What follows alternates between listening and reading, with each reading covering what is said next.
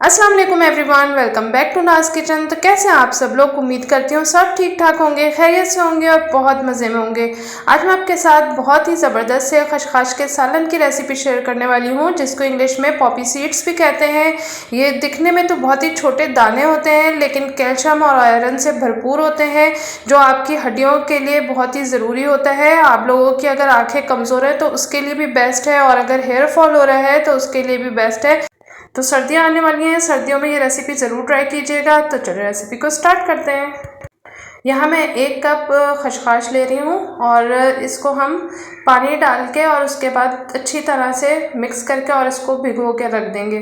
तो इसमें बस आप खुला पानी डालें और इस तरह से अच्छी तरह से मिक्स करें, और बस 1 घंटे के लिए आपने इसको भिगोना है। अगर कोशिश करें आप ओवरनाइट सोक कर सकते हैं तो कर दें, वरना कम से कम भी आपने इसको 1 घंटा लाजमी भिगो के रखना है। उसके बाद हम इसको देखते हैं। तो यहाँ देखें 1 घंटा हो गया है, और अब आपने इसको साफ़ किस तरह से करना है, तो इस तरह से करना है। एक बाउल लें और इस तरह से आप इसको डालते जाएं, और दोबारा इसमें थोड़ा सा पानी डालें, और फिर इस तरह से हिलाते जाएं बाउल को, और खशखाश को आप नीचे वाले बाउल में डालते जाएं। तो इसमें आप देखें अच्छी खासी मिट्टी आपको नीचे नज़र आएगी, मैं आपको दिखाती हूँ। अगर आपने इस तरह से साफ़ नहीं किया तो ये सारी मिट्टी जो है आपके सालन में आ जाएगी, और सारा सालन आपका ख़राब हो जाएगा। तो इस तरीके से आपने 2 से 3 बार लाजमी करना है। इस तरह से 2 से 3 बार धोने के बाद खशखाश आपकी बिल्कुल साफ़ हो जाएगी। उसके बाद आप इसको छन्नी में डाल लें, और उसके बाद मैं इसको पीस लूँगी। इसको मैं ग्राइंडर जग में पीसूँगी। अगर आपके ग्राइंडर में नहीं पिसती है तो आप इसको सिल पर पीस सकते हैं।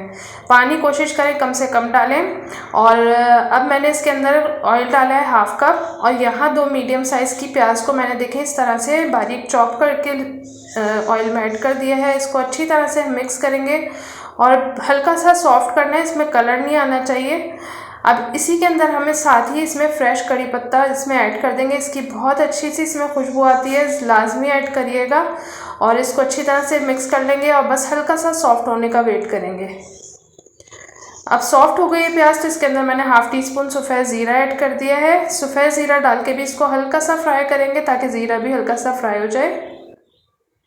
अब इसके अंदर मैं ऐड कर रही हूँ, ये टेबल स्पून है मेरे पास, तो 1/2 टेबल स्पून मैं इसमें अदरक लहसुन का पेस्ट ऐड कर रही हूँ। तो इसको अच्छी तरह से फ्राई कर लेंगे, बस हल्की सी खुशबू आने लगे इतना फ्राई करेंगे। तो ये हो गया है। अब इसके अंदर मैं टमाटर ऐड कर रही हूँ। तो टमाटर मैंने 2 मीडियम साइज़ के इस तरह से चॉप कर लिए थे, और इसको अच्छी तरह से मिक्स कर लेंगे। अब इसके अंदर कुछ मसाले ऐड करेंगे। तो मैं यहाँ पे 1 टीस्पून नमक ऐड कर रही हूँ, पिसी हुई लाल मिर्च 1/2 टीस्पून, हल्दी 1/4 टीस्पून, और इसको अच्छी तरह से मिक्स कर लेंगे ताकि मसाला लगे ना। अब यहाँ पे मैं पिसा हुआ धनिया ऐड कर रही हूँ 1 टीस्पून, भुना हुआ और कुटा हुआ ज़ीरा है ये 1/2 टीस्पून। अब ये डाल के भी इसको अच्छी तरह से मिक्स कर लेंगे। नमक मिर्च आप अपने टेस्ट के अकॉर्डिंग ऐड कीजिएगा, जितना आप खाते हो। और इसके अंदर थोड़ा सा पानी डाल देंगे, और पानी डाल के और बस इसको अब हम कवर करके रख देंगे। तो बस यहाँ पे मैं इसको कवर कर दूँगी ताकि टमाटर अच्छी तरह सॉफ्ट हो जाए। तो 5 मिनट के लिए मैं इसको कवर कर दूँगी।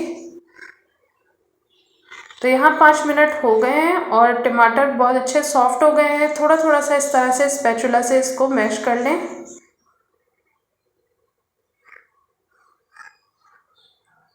तो ये देखें मसाला हमारा रेडी हो गया है। अब इसके अंदर मैंने जो ये खशखाश पीस के रखी थी, ये देखें ये इस तरह से थिक है।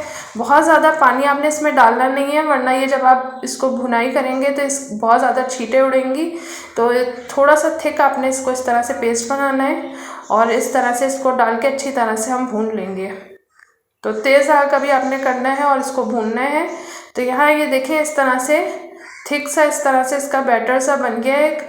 तो बस हल्का सा इस तरह मिक्स करके और उसके बाद इसको हम कवर कर देंगे। ये देखिए छींटे उड़ना शुरू हो गई हैं, तो बस इसको लो फ्लेम पे कवर कर देंगे तकरीबन 10 मिनट के लिए।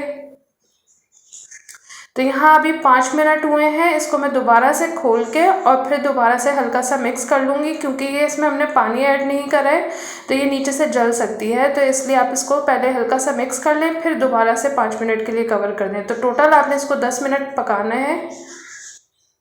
तो यहाँ देखें टोटल इसके 10 मिनट हो चुके हैं और ऑयल देखें इस तरह से अलग हो गया है। इसका मतलब है ये बहुत अच्छी सी हमारी खशखाश पक चुकी है। तो अब आपने इसको तेज़ आग करके अच्छी तरह से भुनाई करनी है ताकि जो खशखाश की एक अपनी स्मेल होती है वो ख़त्म हो जाए और बहुत अच्छा सा हमारा सालन बन के तैयार हो।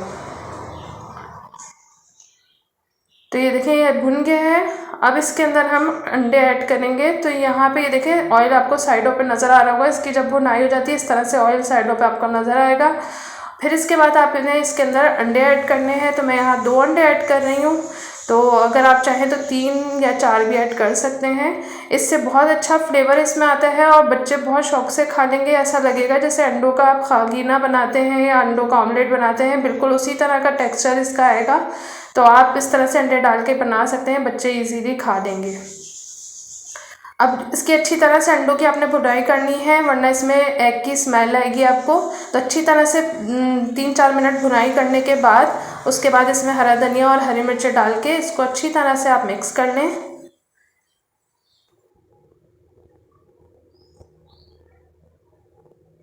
तो बस अब इसको दोबारा से 5 मिनट के लिए मैं कवर कर दूंगी ताकि हरे धनिया की और हरी मिर्चों की बहुत अच्छी सी इसमें खुशबू आ जाए। तो यहाँ देखें ये इसका ऑयल जो है साइडों पे निकल आया है और बहुत ज़बरदस्त सा सालन रेडी हुआ है। देखें देखने में बिल्कुल लग रहा है ना अंडों का ऑमलेट बना हुआ। तो ये बच्चों को पता भी नहीं चलेगा कि आपने उनको क्या खिला दिया। इसके फ़ायदे भी उनको मिल जाएंगे और वो आसानी से खा लेंगे। तो अगर आप इसमें अंडा ऐड करेंगे तो बच्चों को बिल्कुल भी फील नहीं होगा।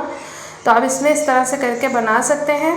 लास्ट में इसके ऊपर थोड़ा सा हरा धनिया डालें और ये हमारा बहुत ही मज़ेदार सा बहुत ही हेल्दी खशखाश का सालन बन के रेडी हो गया है। आप लोग सर्दियों में इसको ज़रूर बनाइएगा क्योंकि अक्सर लोगों को सर्दियों में घुटनों में दर्द वगैरह शुरू हो जाता है, कमर में पेन स्टार्ट हो जाता है। तो आप ये बनाइएगा, अपने बच्चों को भी दें, घर में बुज़ुर्गों को भी खिलाएं, सबको दें। इंशाल्लाह सबको बहुत फ़ायदे होंगे इसके। मेरे चैनल पे बहुत सी मज़ेदार सी रेसिपीज़ मौजूद हैं, स्नैक्स भी हैं, राइस की रेसिपीज़ हैं, हलवे की रेसिपीज़ हैं, वेजिटेबल्स की रेसिपीज़ हैं। तो आप मुख्तलिफ़ रेसिपीज़ मेरे चैनल पर मौजूद हैं। मेरे चैनल को विज़िट करें, इंशाल्लाह बहुत ही मज़े की रेसिपीज़ आपको मिलेंगी। तो आई होप आप लोग को वीडियो पसंद आई होगी। वीडियो पसंद आए तो थम्स अप करना बिल्कुल नहीं भूलिएगा और चैनल पर नए तो सब्सक्राइब ज़रूर कर दीजिएगा। मुझे दुआओं में याद रखिएगा। मिलूँगी एक नई और ज़बरदस्त रेसिपी के साथ। Thanks for watching. अल्लाह हाफिज़।